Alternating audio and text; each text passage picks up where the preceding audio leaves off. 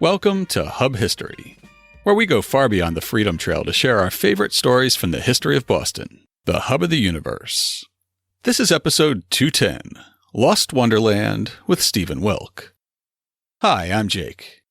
This week, I'm going to be joined by the author of a new book about Wonderland, the early 20th century amusement park at Revere Beach. Dr. Stephen Wilk has deeply researched the investors and entrepreneurs who bought 27 acres of land along Revere Beach Boulevard and opened the park. The inventors behind rides like Shoot the Chutes, Hell's Gate, and Love's Journey. And the people who ran attractions like a firefighting demonstration, a Wild West show, and a model Japanese village. His new book, Lost Wonderland, The Brief and Brilliant Life of Boston's million-dollar amusement park, reveals all of that, as well as changes in the broader economy that doomed Wonderland nearly from the beginning. After opening in 1906, the park went through periods of success and bankruptcy in a meteoric run that lasted just 4 short years, while leaving a major cultural impression on the Boston area, and Revere in particular. But before Dr. Wilk joins me to talk about the rise and fall of Wonderland, I want to pause and thank our latest Patreon sponsor, Josh L. Dedicated listeners like Josh commit to supporting Hub History with a contribution of $2, $5, or even $10 a month. Their ongoing support means that we can cover expenses like keeping hubhistory.com registered, updated, and secured, tweaking our recordings to make our guests and me sound as good as possible, hosting our audio files with a reliable and experienced partner, and backing up our local data to make sure we're covered in case of emergency.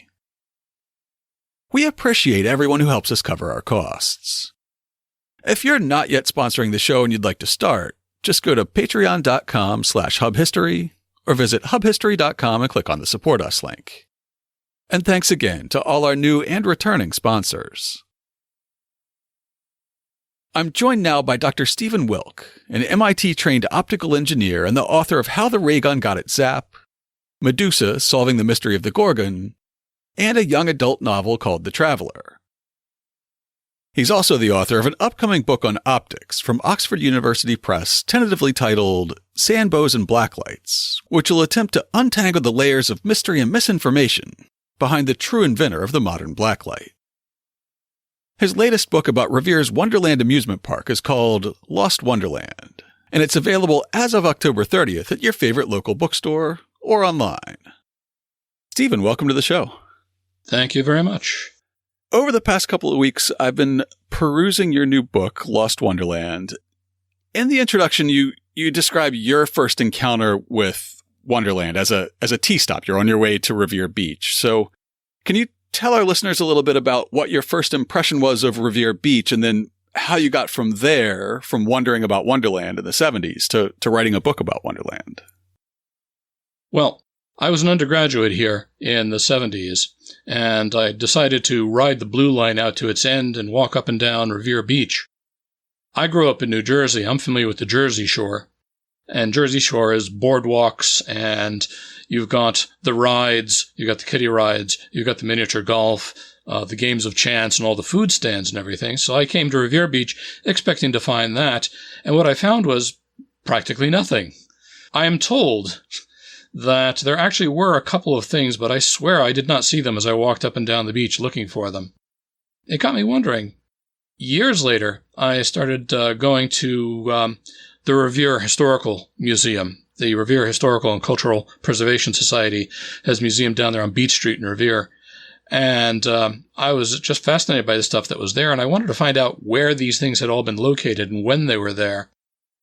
So I started digging up all this information. The story was just so utterly fascinating, especially the people that were involved in it, and I just kept going. And finally, when I finished the book up, I started looking around, and fortunately, I found the University of Massachusetts Press, and they were taken by it, and they decided to publish it, so it all worked out pretty well. So the story opens on Memorial Day weekend in 1906 with the opening of the Wonderland amusement park. What would a visitor have seen as they walked through the gates and came inside this brand new, sparkling, completely never-before-seen amusement park? Well, I figured this is a good place to start the book because it would immerse the people in the experience immediately, and you'd start wondering, what is all this stuff? And it was something new for the people back then. This was when amusement parks were just getting started. A couple of amusement parks had opened in the general Boston area a year earlier. But this one was north of Boston. It was much easier access, and it was bigger than the other ones. This was after the Coney Island parks had made a big splash, and everybody wanted to have something like that in their own backyard. So this was Boston's Coney Island. What were the other parks that were open in the Boston area by that time? Was Paragon Park one of the ones that was... Paragon Park down in Hull had opened the year earlier, and Norumbega Park out west had opened. In fact, the day Wonderland opened was the day Norumbega opened for its 10th anniversary. So it had a lot of competition, but Wonderland blew it away. The crowds there were bigger than any of the parks. They were bigger than Revere Beach would see for another quarter of a century. There were two entrances. There was one near the beach, and there was one that was supposed to be the main entrance on Walnut Avenue. If you're familiar with the Revere area, there's something called the Wonderland Marketplace Mall. That mall and its parking lot are where Wonderland Amusement Park was. And the main entrance and the administration building were both where Marshall's is right now. So you'd enter through what would now be the back of Marshall's, going on a bridge over the railroad tracks. So it was like entering a castle, going over the drawbridge of the moat. And when you got inside, they had the crenellated towers and the castles and the flags and everything. It really was very much like going into a castle. When you got on the other side, there was a lagoon in front of you. That was the splashdown pond for the Shoot the Chutes ride. Every amusement park had to have a Shoot the Chutes ride. It was a very tall tower, about 70 feet tall, and these flat-bottomed boats would slide down on a skim of water and would go skipping across the water like a thrown stone. Now, I was shocked to read that there had previously been a Shoot the Chutes type ride in Boston's Back Bay. There had been, right about where Symphony Hall was. Was it a standalone attraction, or was it part of something else? It was a standalone attraction. That was when Shoot the Chutes first came out. They started becoming very popular, around the 1880s, 1890s. And a fellow by the name of Paul Boynton had been pushing them, and he patented his own, and he put one up in Chicago. And then later on, he put one up in Coney Island that was the basis of the Coney Island attractions. I was a Back Bay tour guide for years. I thought I knew everything there was to know about the Back Bay, but that was a new one on me. Yep. But this one was bigger. This was the biggest Shoot the Chutes in the world. It had been built for the 1904 St. Louis Exposition, and they bought it. And there was a little bit of anxiety when they were shipping it here because they shipped it on 6 railroad cars, and 2 of them had gotten lost, but they found them in time to put it all together. So you had this thing, and this was the centerpiece of the park. Shoot the Chutes rides were the centerpieces of several amusement parks put up at this time. But directly across was this building, pink building with 4 minarets. It was the Beautiful Orient. And right next to it was the ballroom and restaurant. Next to that was something called Descent into the Hell Gate.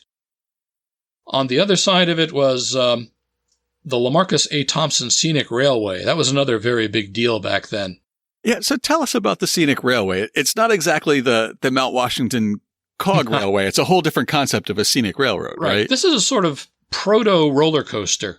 When I first saw pictures and drawings of it, I thought, well, that can't be what it looks like. That's a drawing by somebody who doesn't know what a roller coaster is. But no, I've seen photographs of them since, and they did look like that.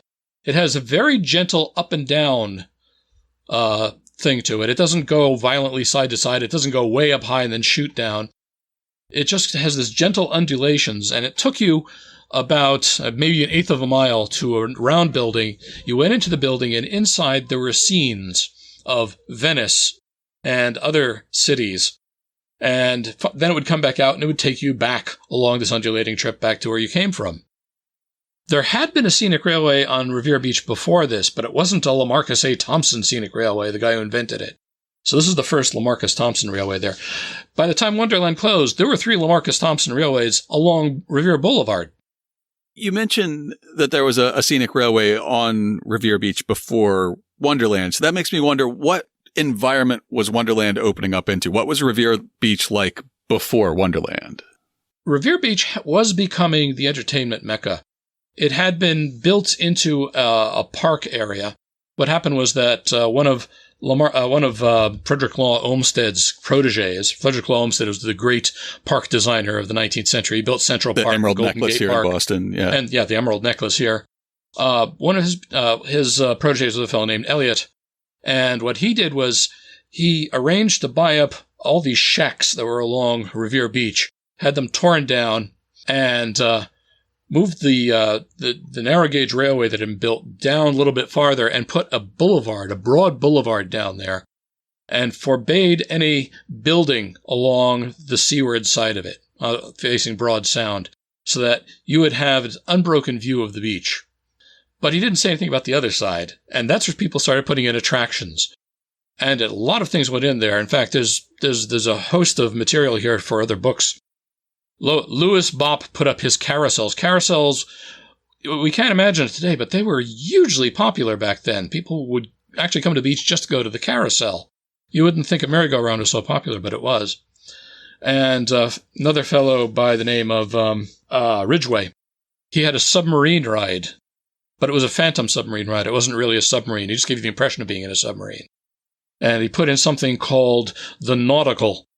He had a fun house in it, and they had a ballroom and a whole sorts of other things. So you had all these things that were starting to go up there. And way up at the northern end at Point of Pines was the original amusement area for Revere Beach. That had gone up in the 1880s. And that all this other stuff closer down was now starting to siphon public attraction away from Point of Pines and towards the actual beach area. You had a fledgling entertainment area that was going up there. You had rides like the Johnstown Flood and the Old Mill Ride and, like I said, these carousels and the Scenic Railway and other things. So that whole area was an up-and-coming area.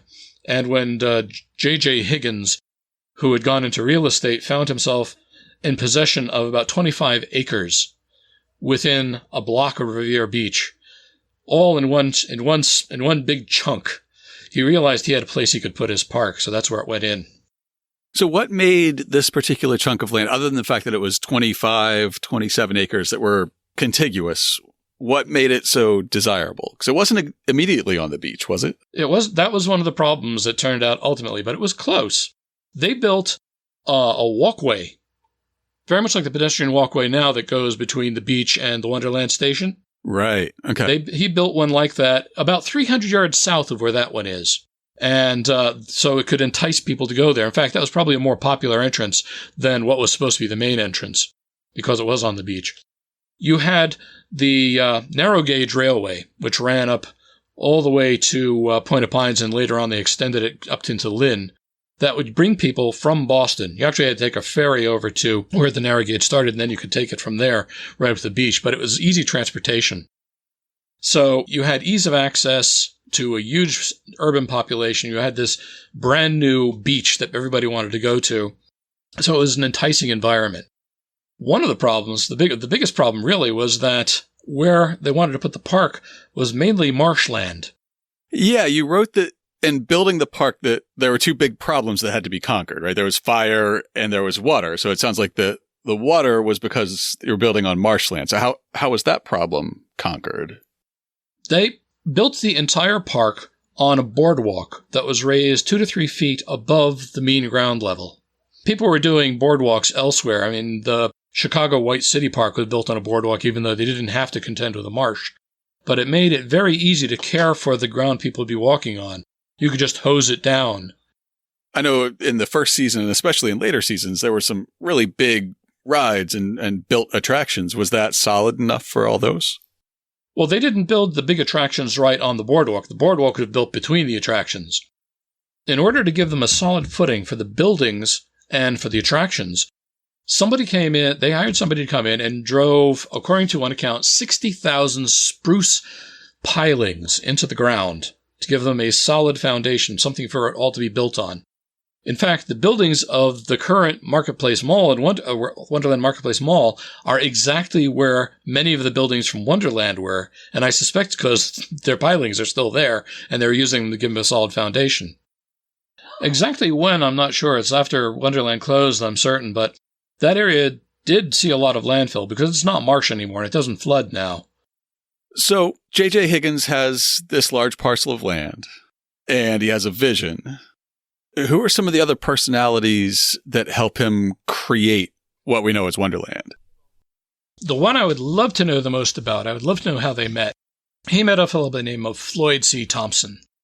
Floyd Thompson was sort of cagey about his background. If you read the souvenir book or the biographies of him that are given in Variety or in the Boston area newspapers, he just says that, he was connected with some of the large parks in Coney Island, but he didn't say exactly how. At first, I wondered if he was somehow related to the Thompson of the Thompson Scenic Railway or this fellow Thompson who constructed one of the Coney Island parks.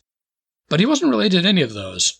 He had started out, it turns out, as a pharmacist in upstate New York, but he became obsessed with incorporation.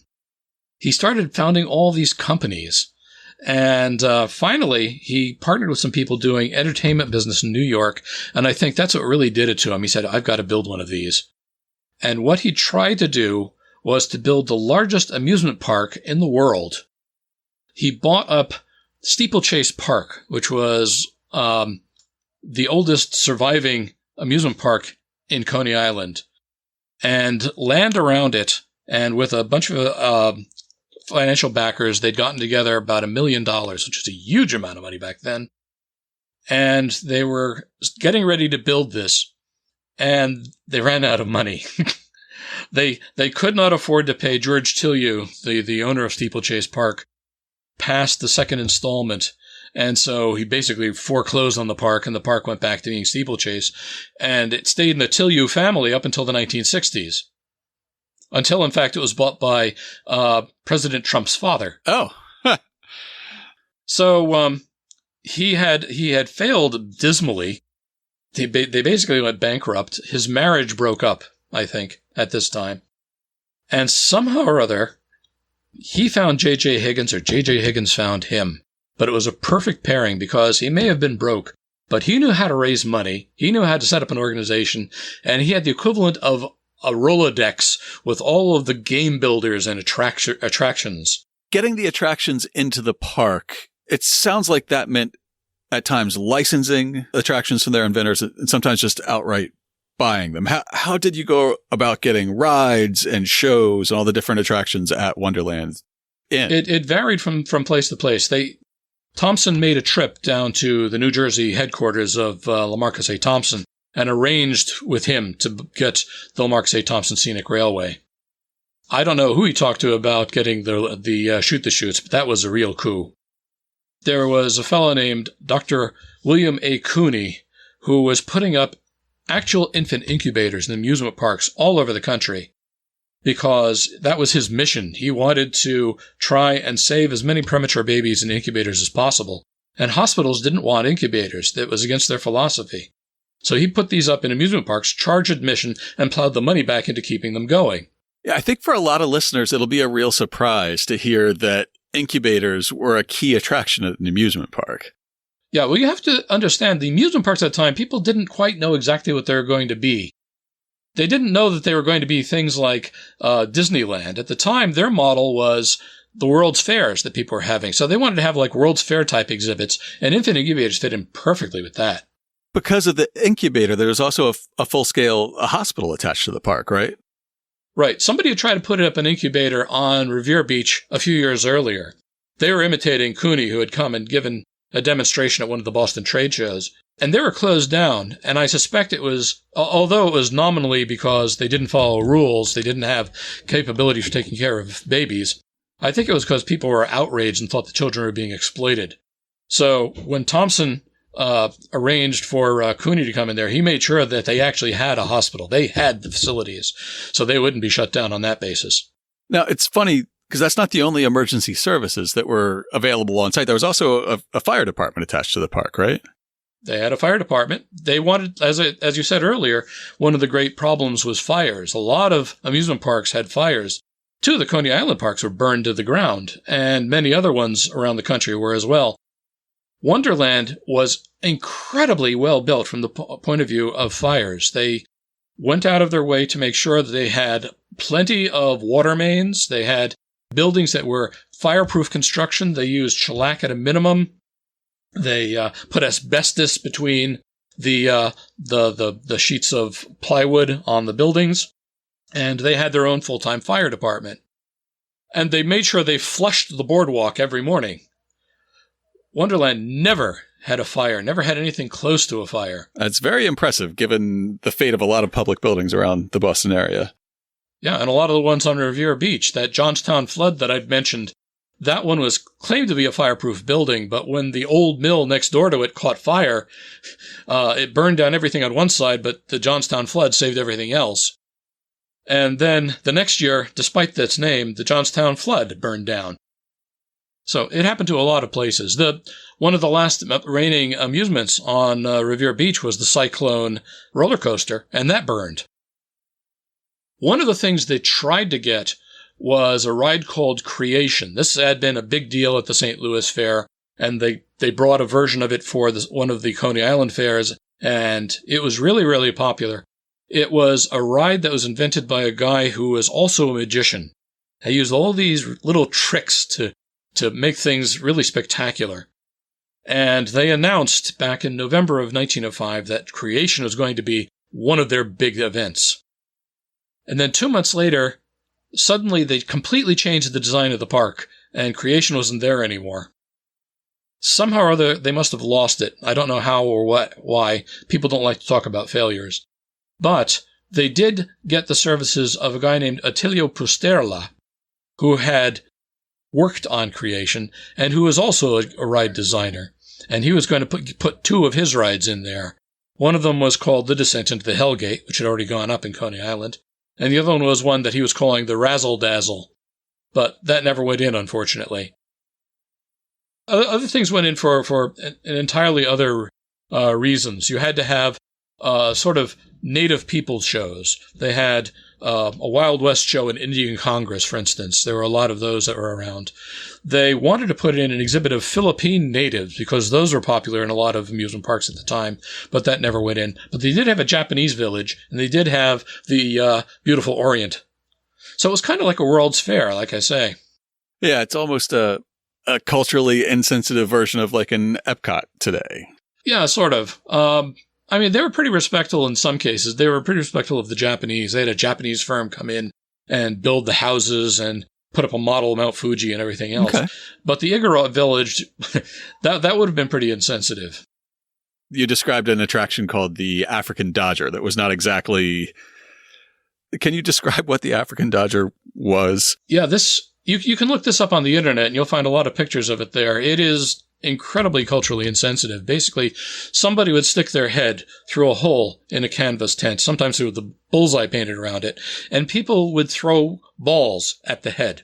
Invariably, this person was black, which is why it was called the African Dodger, and he was supposed to taunt the people to throw the balls and hit him in the head, and he was supposed to dodge out of the way. The balls they used were they looked like baseballs. They were, fortunately, a little smaller and a little lighter, but you still don't want somebody throwing hard balls at your head. And some people would sneak in real baseballs and things. People did get seriously hurt at some of these attractions. I don't know about the one in Boston. But even in Boston, they shortly after this kind of thing was going on, people said, we can't do this anymore. And they started passing laws against it. But that wasn't until after Wonderland closed, unfortunately. The descendant of this was the dunk tank. Yeah, we have one at my company picnic. The CEO or one of the high officers usually sits in the tank. We all get to throw the ball. Yeah, and I'm not that accurate, unfortunately. Yeah, and in that form, it's great. I mean, as a charity thing, and you have fun, and it's sort of like that. But when they first came out, the person who was sitting up there was invariably black. And they called these things the chocolate drop. So it was, it was racist. It was a racist descendant of the violent and racist African Dodger. So as long as we're talking about the different sort of cultural attractions at the park, there was, as you mentioned, there was a Wild West show that performed every half hour. Right. It's not Buffalo Bill's show. It was Lucky Bill or Wild Bill. So William Kennedy, his family was from, they were from the wilds of, I think it was like Ohio. I can't remember exactly where it was. He became familiar with the Indians a little bit farther west and started up a Wild West show with his brothers. They ultimately ended up in the Oklahoma Territory, and they brought in Indians from various places, including several sue. One of them was supposed to have been at Custer's last stand, and he may have been. I've identified who he could have been from the list of people I found on the internet. The interviews are racially insensitive. Again, they're people treating them as ignorant savages, but the chief who came in was no ignorant savage. They asked him, "Why are you coming?" And he said, "Well, because we're being paid." Yeah. Pretty good reason. Yep.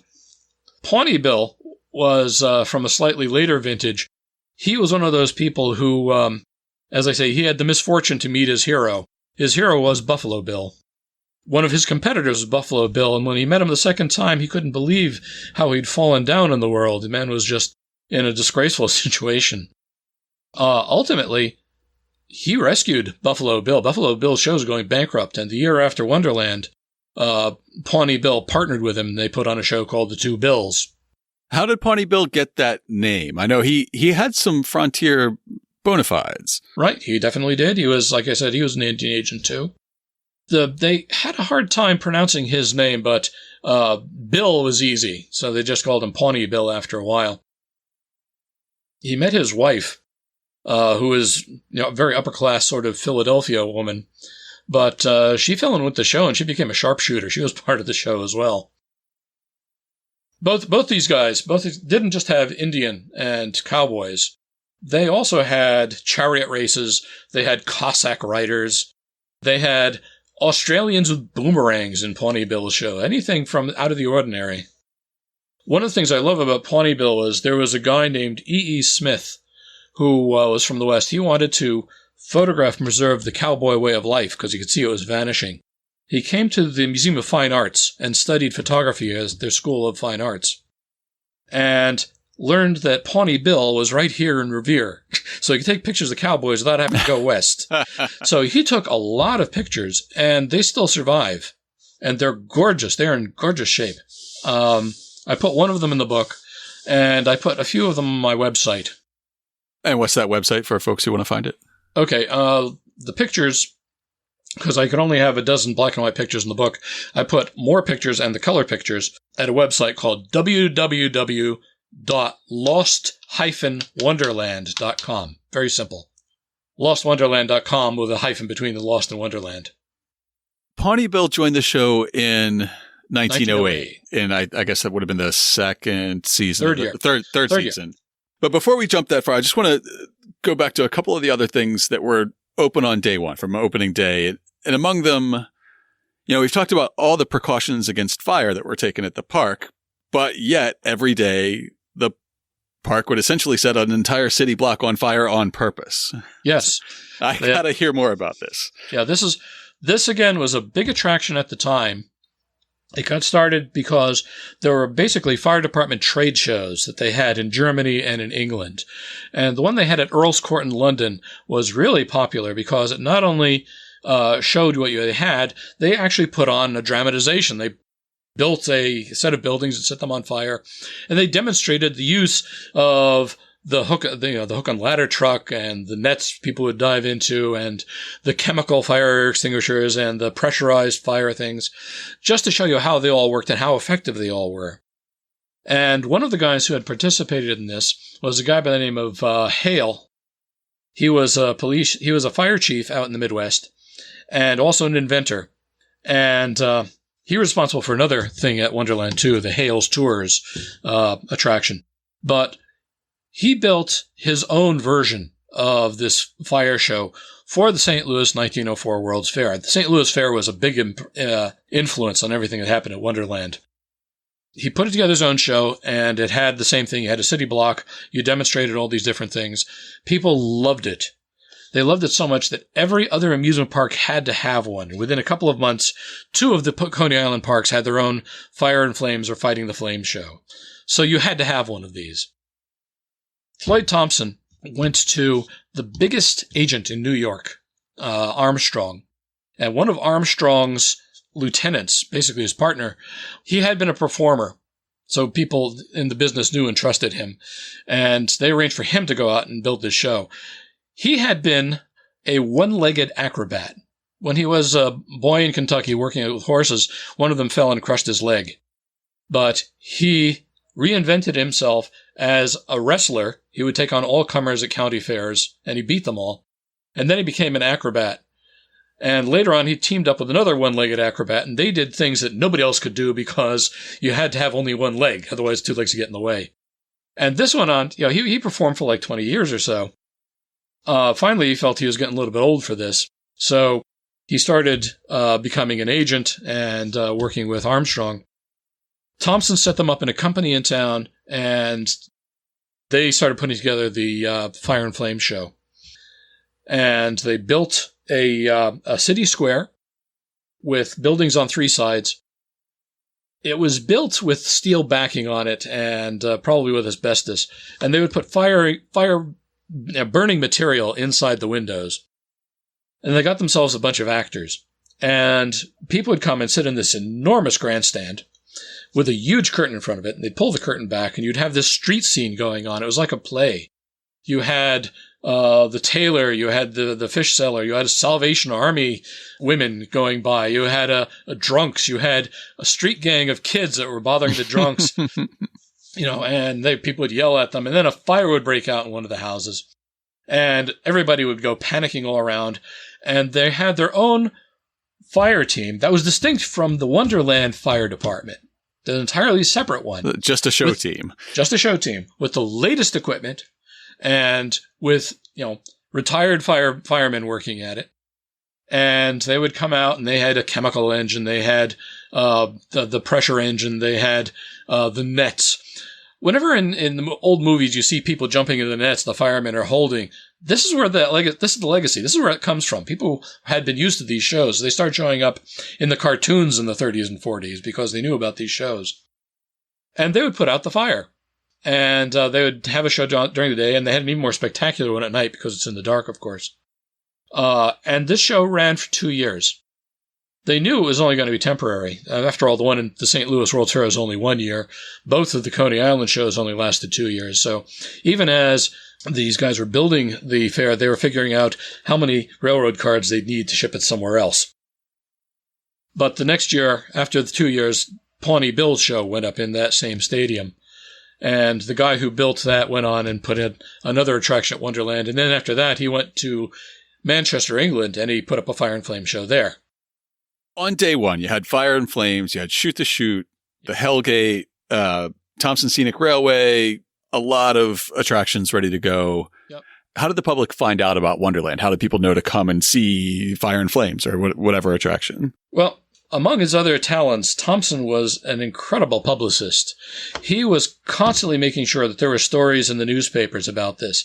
Whenever anything went up, there would be a story about it being built. Whenever anything was imported, when the wild animals came for Ferrari's Wild Animal Show, he made sure reporters were on hand to report about it. When the Japanese builders were putting up the Japanese village, he made sure that people were there to talk about that. So people were primed. They ran advertisements for months in the newspapers before this opened up.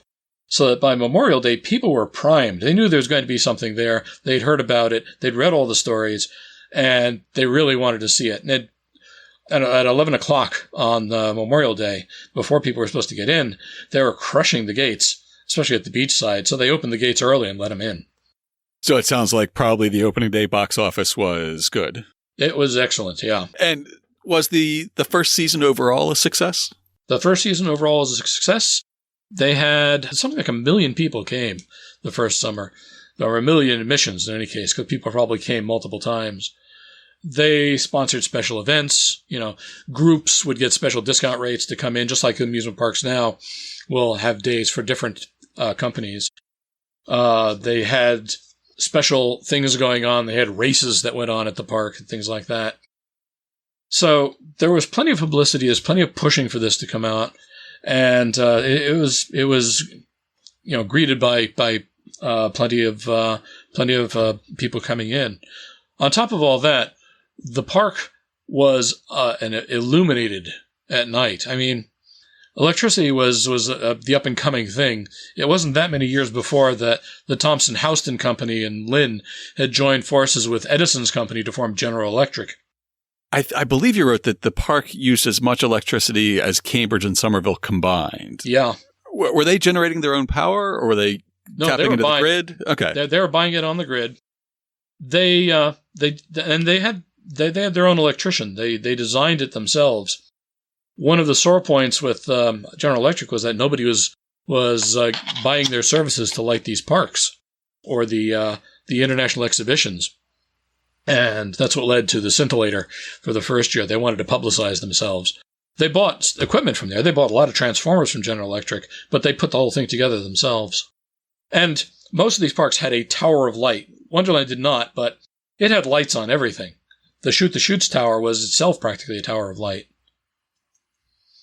If you go to my website, there are several pictures of Wonderland at night. Some of them hand-colored to show you what it would have looked like with all these colored lights up. And the Tower of Light, or the lit-up Shoot the Chutes, wasn't the only thing drawing the eye. You also had a tethered balloon for much of the season. Fred Thompson himself. Floyd Thompson. Thompson himself went up in the balloon and pulled off quite a stunt, it sounds like. Oh, yeah. It sounds like he was lucky to live through it. He was very lucky. He saw the people going up in the balloon, and they had hired a fellow who called himself Professor LaRue. His name was really Joseph Cray from upstate New York, but they all called themselves Professor, and LaRue sounded exotic. His wife, his third wife, actually, he married all his wives on the balloon. Christina, invariably called Tiny LaRue, went up, and there was another local woman they hired, a local acrobat, who went up as well. And I have a feeling, I don't know exactly why, but I have a feeling that Thompson saw these two women going up and figured, I can do that. So, against the advice of the rest of the people on the board of directors who were shocked, he said, let me go up there, and somehow or other, they agreed. So he took off his straw hat, he put on a cap, tight-fitting cap, and they tied him onto the trapeze. This was a balloon that didn't have a basket underneath. It had two trapezes hanging, because Professor LaRue's act back when he was going on the balloon, used to be to go up on a trapeze, and then he would perform acts on the trapeze with no net, way up in the air. That makes my heart go pitter-pat. Yeah, me too. So, but right now, they had the trapezes. Nobody was performing trapeze acts on it, but they had a couple of parachutes. They weren't folded up. The tops of them were simply attached up near the balloon. You can see that in the illustration. I put one on the website. And so they tied him on. It's a very good thing they did.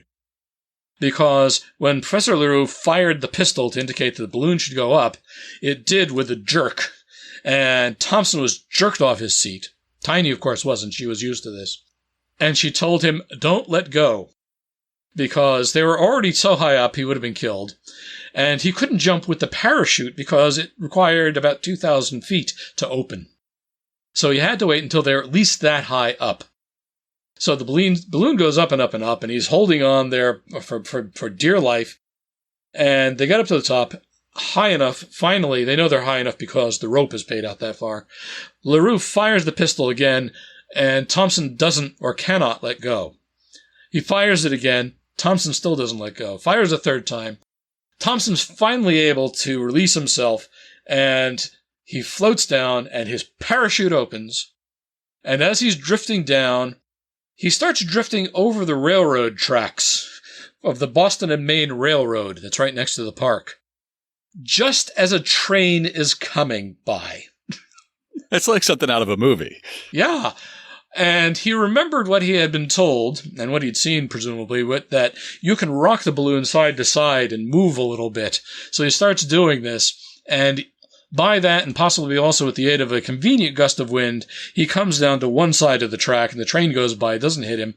People rush out from the park, pick him up, and haul him off in triumph, and his arms are in the air, mainly because they're paralyzed and he can't get them back down. So they took him back to the hospital. That's near the incubator. And they massaged it, and according to one account, they gave him sort of electroshock therapy. And eventually he got his arms down, and he goes and talks to the newspaperman, because, of course, he's going to talk to the newspaperman. And he says, oh, it was great, I love it, I'll do it again sometime, but he never did. Well, because in a way, that's Thompson's swan song with the park, because he doesn't come back after the first year, right? Not after the first year. He stayed on for a while after that. He He protested the affair of the scintillator, and he oversaw all the other things going on, and they gave him a gold watch at the end.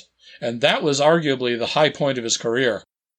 Because one of the things he was doing, while not telling anybody about it, he was building another amusement park up at Point of Pines. Just up the beach. Just up the beach, 5 miles up the beach. That was going to be twice the size of Wonderland. And it was going to be right on the ocean, which Wonderland wasn't.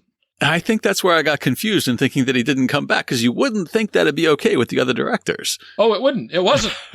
Once they found out about it, what he did was he put a quarter-page ad in Billboard magazine, as if they wouldn't notice it. And his name was in bigger letters than anything else. Well, they found out about it, and I don't have any records of it, but he's gone after that point, so obviously they gave him a chewing out and gave him his papers. And the people at Point of Pines Corporation decided, well, if he's going to do this, we don't want him either. So he was gone from both parks. And he ended up doing a little bit of agenting in New York, I think, but the next we hear from him, he's all the way on the other side of the country in Seattle, running a place called the Eden Musée. And he ran a number of ventures after that, including another one called Wonderland out in Los Angeles. Yeah, I didn't realize until reading your book that Wonderland was not a unique brand to our Boston area, that there were, in fact, at least a half dozen or maybe more Wonderlands around the country in different places. That's right. Most of them built about the same time.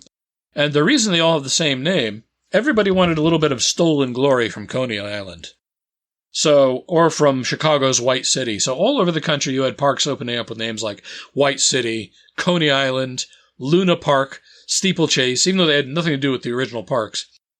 One of the big one in Coney Island was called Dreamland, but it was supposed to originally have been called Wonderland. That's the name on all the original paperwork. So all these other parks that were imitating it were called Wonderland, including Boston's own Wonderland. So going into the second season, and I won't make you go through every season in a detailed rundown, but it sounds like the park was on a pretty good footing to start a new season.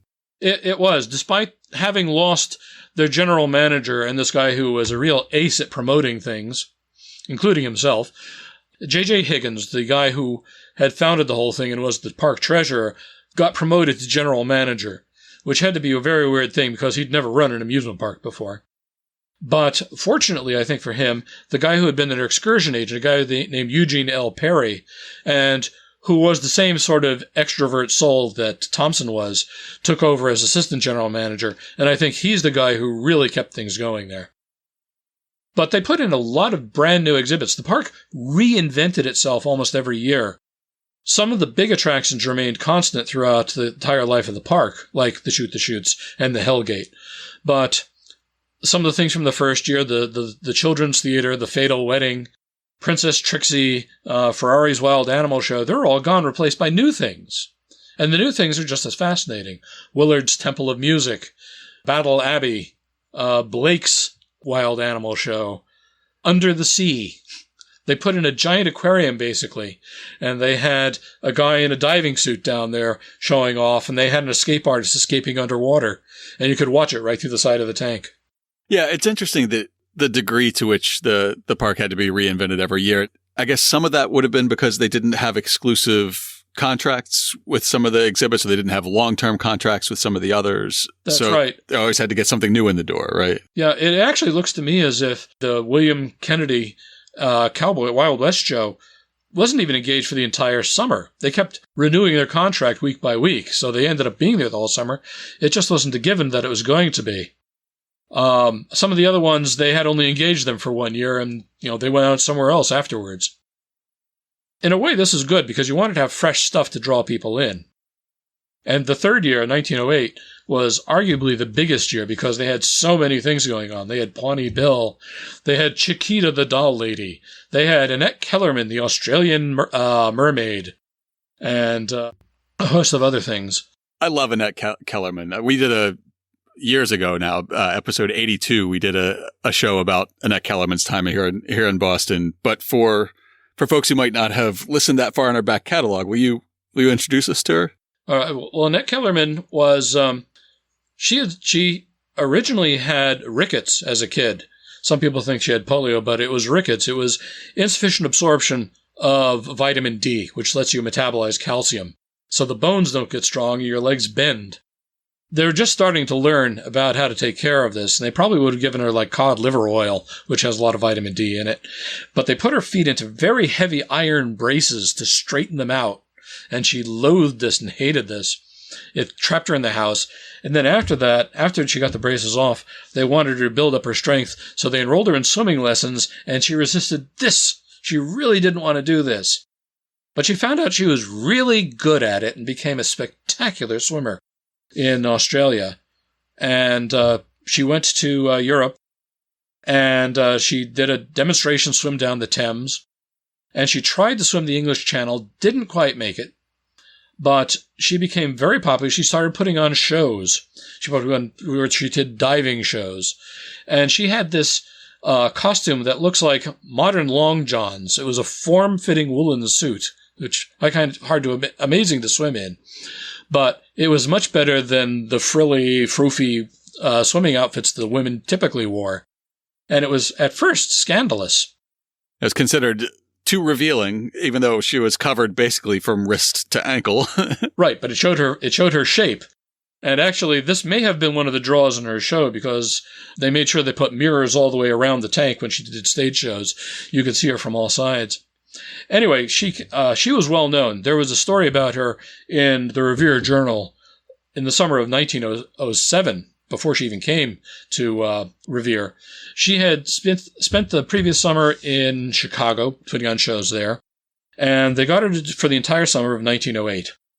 And so she came, and she did these diving shows. They built a special concrete tank for her someplace. I wish I knew where. I don't.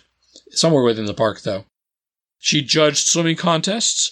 She tried to do a swim out to Boston Light, which was, the holy grail of swimmers at that time. It still, in a lot of ways, is. There's still a Boston Light swim every summer, and it's one of the most extreme endurance. So in non-pandemic times, I go to the Y and I swim a mile a couple times a week, and I think I'm a hardcore swimmer. And then I look at Annette Kellerman's exploits, and I'm blown away. Oh, yeah. But she was an amazing person. There is a persistent story that she was arrested on Revere Beach because she wore that abbreviated swimming outfit. And they took her into court, and she argued her case saying, look, I can't swim in anything else than this. But the amazing thing is, there is no contemporary record of this whatsoever. Yeah, I was taken in by this. That past episode, we told from that perspective, because in her own writing, she talks about this having happened. That's right. Then you go back and look at the press. Now I have better access to a lot of the local newspaper databases than I did back in the day. And it's not there. Yep. It would have been in the newspapers because they report on other women who are arrested for indecent dressing. They reported on when Kellerman was arrested for other reasons. If she had been arrested for indecent exposure on the beach of Revere, it could not have failed to make the papers. There's no police record of it. There's no record of it anywhere until the 1920s. And when it comes out in the 1920s, she's the one who tells the story. She also included it in her unpublished autobiography called My Story, which was used as the basis for the film $1 Million Mermaid. In fact, the original title of the film $1 Million Mermaid was going to be One Piece Bathing Suit, as if that was the only thing she ever did. But that was the biography of her. It starred Esther Williams, and she was the advisor on it. And she told the story when she went out on tour promoting this in the 1950s. So she is the one who did it, and I give a reason for why I think she did in the book. I would get into it now. It would take way too long, I think. Yeah, well, she, not unlike Floyd Thompson and some of the other personalities attached to the park, she was a master self-promoter, if nothing else. Oh, she was a master swimmer, but also a master self-promoter. And she reinvented herself constantly. She had the swimming act, she had the diving act, she was the marathon swimmer. She got into movies early. There are some surviving movies of her. She made one of the first nude scenes. And she did an act where on stage where she dressed as a man and danced as a man and everything. She was just constantly changing her act. For the 1908 season, you had Annette Kellerman as one of the major draws. You had Pawnee Bill. But you also had events that were outside the control of the park that would have a major effect going forward? What was happening sort of off stage from the 1907 into the 1908 season? Oh, well, there are a couple of things. One is there was a big fire in Chelsea in 1908, but the thing that affected Wonderland and also a great many other parks was something called the Panic of 1907. That was very much like the recession of 2008, both in its size and its effects. And it was causing runs on the banks. It was the biggest recession until the Great Depression. And it took away an awful lot of people's disposable income. It was finally stopped with J.P. Morgan and several other bankers volunteered money to try and prop up a lot of the banks. But by that time, the damage is already done. And the parks suffered. Several of them went out of business completely. Wonderland itself found itself at the end of 1908 season bankrupt. That had to be a shock after such a successful season to come out on the other end in financial disrepair. Yeah, part of the problem is all those big spectacular acts, I think. The successful amusement parks, like Tilly's Steeplechase that kept on going to the 1960s, is that they would have a couple of very big, very expensive attractions that they kept going for a long time, so it would amortize over a long period of time, and they wouldn't have big-name performers coming in. Whereas Wonderland not only had at least 3 big-name performers that year, Pawnee Bill, Annette Kellerman, and Chiquita, they also had a lot of weekly circus performers in the Arcus Ring. So they constantly had people coming in and going out, and they all had to be paid. And would those, I don't remember this from the book, would those have been separately ticketed? Would each of those have been raising their own revenue, or they been covered by the admission into the park? That changed through the life of the park. If you look at some of the pictures, for instance, you can see that there's an admission price for the beautiful Orient. There's an admission price for the Velvet Coaster. You had to pay 5 cents to go onto that. There's a separate admission price to get into the Fire and Flames show. In the later years of the park, they made it kind of like Disneyland is now, where you paid a single price and you got to go on everything. It may have cost money in terms of individual admissions, but had to have saved money in just salaries, right? Yeah, they had separate ticket girls, and they all had official ticker girl uniforms. So after the 1908 season, the park is left bankrupt, and then it's advertised for sale in early 1909, then it sells at auction. There's sort of some financial sleight of hand. How does the park get reinvented for the following season? All right. What they did was they told all their creditors, look, we're going to auction off the park, and you will be paid basically proportionally out of what we get for that. They sold it for exactly half that cost, but they sold it to themselves. The same people, but a different organization. They now had, instead of the Wonderland company, they now had the Walnut Street Corporation. And J.J. Higgins was still the general manager of it, and all the people on the board were now on the board of this. And Colonel Bartlett was now the treasurer. So you had the same people, but it's a different park. But they sold it for half the amount, so they only have to pay people back 50 cents on the dollar. So they're able to get out of the financial debt immediately, and they immediately issued a sort of austerity decree. They had to shut down things and keep them as cheap as possible. So the Arcus Ring, the circus ring, is gone. No circus performers. They get much cheaper vaudeville performers. Where Pawnee Bill had been, that whole grand area, that whole grandstand with the whole stage behind it, as far as I can tell, didn't have anything going on in it. They didn't have a wild animal show. They seem to have shut down the beautiful Japan area. They even shut down the incubators, which amazes me. Sounds like there's a core. Some of the major rides are still open. Right. The major rides are still there. The Shoot the Chutes, the Scenic Railway, the Hellgate. What had been Hale's Tours is basically a motion picture theater. It's still going. The arcade is still there. Sounds like the surprise success of the 1909 season was some of the musical offerings. Yeah, they had a lot of musical acts. They still had one big musical act. They always had, throughout the first 3 years of the park, they had marching band that was constantly playing, and they also had the Alice in Wonderland parade with an Alice in Wonderland show. they had, for this one, Cinderella and her golden slipper. And that was the big attraction. They opened it earlier than they normally had the show, basically because they didn't have much else. And they changed the show constantly. The guy who was running it was the same guy who put on a lot of amateur theatricals, including the Hasty Pudding Club. And he would change musical numbers every week. He'd change people around in their roles. He'd introduce things like electrical jump ropes with lights on them for these things. He got the most recent and popular music, including stuff from this young guy named Irving Berlin. Not yet Irving Berlin, it sounds like at the time. Yeah, Isaiah Bailin. They had some of his earliest and earliest songs, and they're very popular, especially because a lot of them had an opportunity for the audience to sing along, which they gladly did. Sounds like the two biggest hits were My Pony Boy and My Wife's Gone to the Country, Hooray! Yes, to which everybody shouted out, hooray! Yeah, again, that audience participation, right? Yep, that's right. And there's another one called Sadie Salome Come Home, which is kind of weird because they had Salome as one of the shows going on in one of the theaters. So against all odds, with this sort of austerity plan in place, Wonderland managed to turn a profit in 1909 after being bankrupt at the beginning of the season. That's right. They got a profit. And they opened for the next year, but the writing was pretty much on the wall by this point. There was an article in the journal, the Revere Journal, at the end of the season that seemed to be a bad omen. What stands out about that story? It talked about the park in the past tense. In the past tense. That's never good. This was a great park. Wait a minute, we're still here. What do you mean was? People are fickle.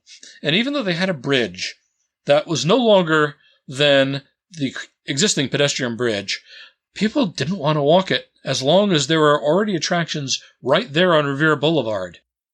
In fact, some of the people who had put up things in Wonderland, were now putting up things on Revere Boulevard. So they'd be competing with their own rides or their own attractions within Wonderland a few steps away down the beach. Yep.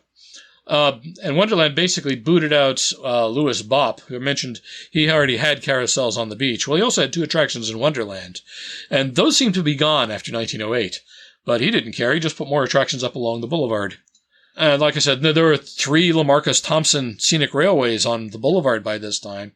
People went to them. They didn't go to Wonderland. The one way Wonderland could have made itself stand out was by having spectacular acts. But spectacular acts cost money, and they couldn't afford the money. So they're caught in a catch-22 situation there. And so for 1910, the writing's clearly on the wall. The park's opening weeks later than it ever has before. It opens for Bunker Hill Day. Right. Instead of on Memorial Day weekend. And again, you don't have any of the really big attractions. You do have the permanent rides that had been there, and you did have the stage shows still. One of the things they had, it almost makes up for all the awful racist things they'd had before this. One of the attractions they had there was Matthew Henson. Matthew Henson was the first man to the North Pole. He was Peary's assistant. But by the time Peary got up towards the pole, his feet were frostbitten. He couldn't get there anymore. Henson went with the Inuit guides they had, and as far as we know, he was the first person to get to the North Pole. And the reason that you say that goes some way toward erasing some of the earlier acts was? Because Matthew Henson was black. And he had been a Navy man.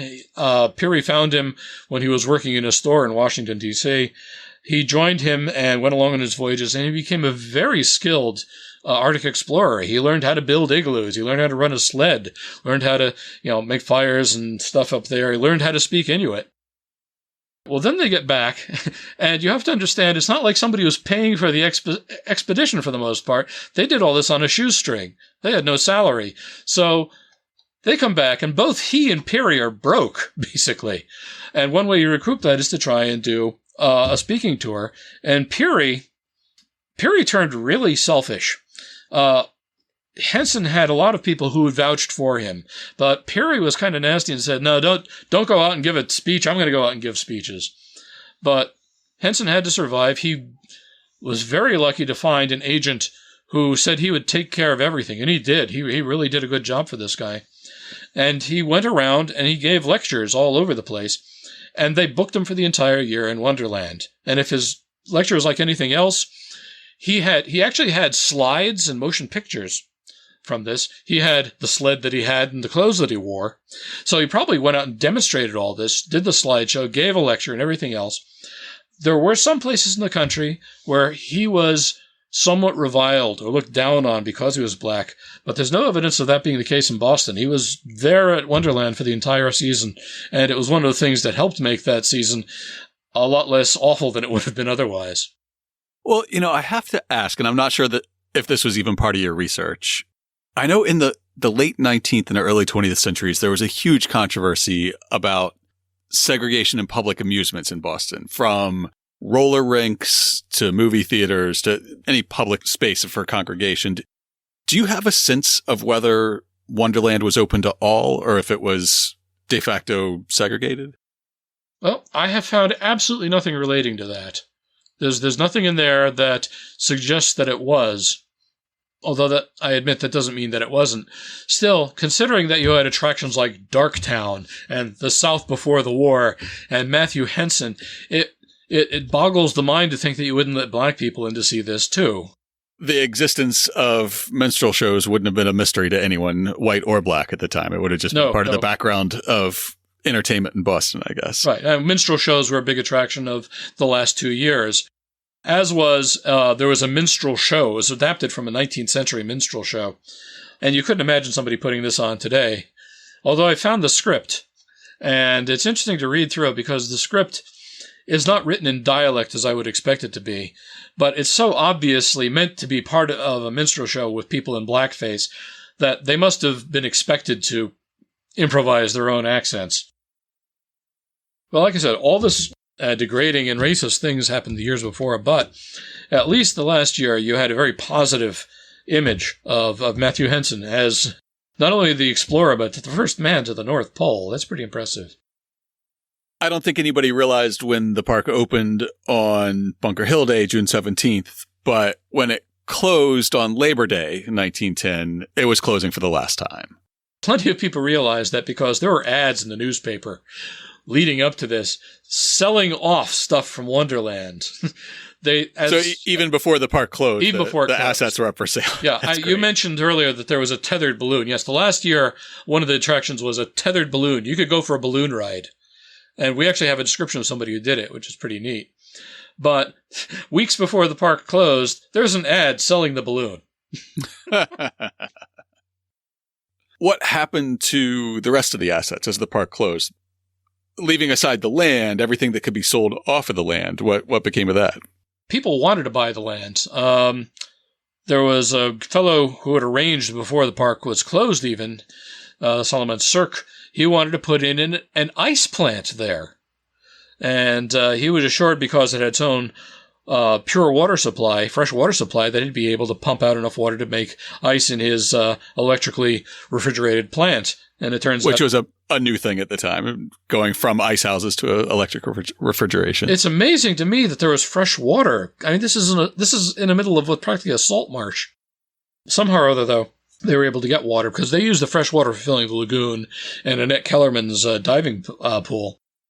As a self-promotional plug, I will refer our readers back to episode 177 if they want to know why there might have been fresh water available at Wonderland. That episode talks about an artesian sediment under Boston Harbor. So that was done at the very beginning of the 19th century. There was a well dug on Long Wharf on Boston Harbor, but that talks about the various layers of sediment, including one with a trapped aquifer. Whoa, that's neat. That would explain. But it didn't produce enough for his ice plant, and he sued them, and so that didn't get built. And then over the next 10 years, 2 other groups came in and said they were going to develop it for homes, and that never happened either. I'm sure what happened is they sold off a lot of the things. The Morandi Proctor oven that was inside the restaurant must have gotten sold to somebody else. All that copper wiring that was used to light the park must have been fabulously valuable, and that got used. The wood that was used for the Lamarcus-Thompson Scenic Railway, there was a company that got rights to that, and they continued selling it off for the next 20 years. And a lot of the houses and things were built in there use that stuff. It's possible that the Velvet Coaster ended up on the boulevard. I'm not quite sure. There's a newspaper account that talks about both of the roller coasters being sold. So I assume the other one went someplace. I haven't been able to find out what happened to the Shoot the Chutes. They took down as much of something like the Hellgate as they could. The hole in the ground was still there, and one of the sad things that happened in the years following is that a boy who was playing fell in, hit his head on one of the boards there. The hole was full of water, and he drowned. They got him out and tried to revive him, but they weren't successful. Yeah, terrible. A miniature golf course went up on the site. They put up a bicycle racing track there. And I think that bicycle racing track ultimately became the track at Wonderland Racecourse. The dog track. Yes, the dog track. So did the people behind the original Wonderland Park have anything to do with the dog track or the Wonderland Ballroom or the Wonderland Tea Station? Any of the other ways that name was used? No. The Wonderland Ballroom, that was Wonderland Park, was not where the later Wonderland Ballroom went up. The Greyhound track went up 25 years after Wonderland closed. All the people who had been involved in Wonderland went on to other exploits elsewhere. Some of them continued to work up and down the boulevard, as I said. The fellow who did the Fire and Flame show ended up going elsewhere, but he also came back and he put up something in Virginia Beach. And I just learned shortly before the book went out that he ended up working in an auto shop within stone's throw of where Wonderland had been in his old age. I was shocked, even just looking at the cover of the book, to realize how short-lived the park at Wonderland was, given how sort of long the cultural shadow of the park has been. The park closed in 1910, but there were amusements on the beach for decades. What was the boardwalk like after Wonderland? Well, we didn't really have a boardwalk in Revere Beach. You had the boulevard. But it had all sorts of things that went in after that. Like I said, there were more Lamarcus Thompson Scenic Railways. There were a lot of fun houses that went up. There were several roller coasters. In fact, Guy Traver, who built the Circle Swing at Wonderland, that was his first big success of the Circle Swing, went on to become one of the premier roller coaster designers. And he built 2 roller coasters in Revere Beach. The Cyclone, which is the one that was one of the last things to go. But he also built one called the Lightning. That was one of the scariest roller coasters ever built. It's one of the fastest. It was built out of steel when most people were making wooden roller coasters. And the steel of the time wasn't really up to it. It would, when the trains went over, sometimes they would shear the heads off the bolts. That's not a good thing. I've heard the Lightning referred to as a place that a young man would take his girlfriend if he got his girlfriend in a family way and wanted her not to be. Yeah, that's take her for a ride. Actually, they all said that about the Cyclone. Ride the Lightning, right? Yep. But the Lightning, the only place where the track was horizontal was where you got on and off. Every place else, it was tilted. You look at pictures of it, and it's amazing that they had something built like that back then. That's terrifying. Yep. They also put in like the Derby Racer and the Dodgems that I would have called bumper cars down in New Jersey. And an awful lot of other attractions up and down the beach. It went on throughout the 40s, and then it was kind of dying at the end of the 40s, but then the Blue Line went through and gave it a new lease on life. And Wonderland continues in the amusement area up through the 60s. It wasn't until about 1970 that it really died. I know that counterfactuals are hard. There's no crystal ball. But do you think that Wonderland would have survived longer if it hadn't been for the Panic of 1907? I think it probably would have, especially if they'd learn a little bit more financial discipline. It's not guaranteed. The guy Floyd Thompson has a parallel, a guy by the name of Cornelius Vanderbilt Wood. Cornelius Vanderbilt Wood is mostly forgotten today, but he is the guy who built Disneyland. He's been expunged from the Disney records because he got in a tiff with Walt. But he built Disneyland, and after that, he went on to build other parks elsewhere in the country. He built one in the Denver area. He built one in New York City that was bigger than Disneyland called Freedom Land. I went to it 3 times as a kid. And up here in New England, he built something called Pleasure Island in Wakefield.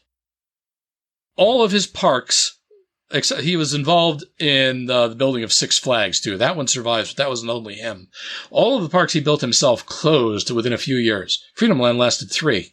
The one in Denver only lasted a couple of years. Pleasure Island lasted the longest of any of them, and I know it only lasted 10 years.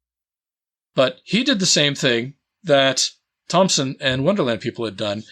He had big acts coming in, big name acts, and they had to be paid, and I think that contributed to their downfall. So even without a panic, if you're not careful with your money, your park can still close down. I'd like to think Wonderland would have survived longer, but it's not guaranteed, like you say. And just to do one more what if you don't mind, what if there had been a Boston and Maine station right outside the gate? Oh, that would have made a big difference, I think. That's what they were hoping for. If you look at both the conceptual paintings they did, they imagined there was going to be a railroad stop right there. And if that was the case, it would have been easier to get to than taking the ferry and then taking the narrow gauge. But even if you took the narrow gauge, you still had to walk because it wasn't exactly at a narrow gauge station. So where was the closest station?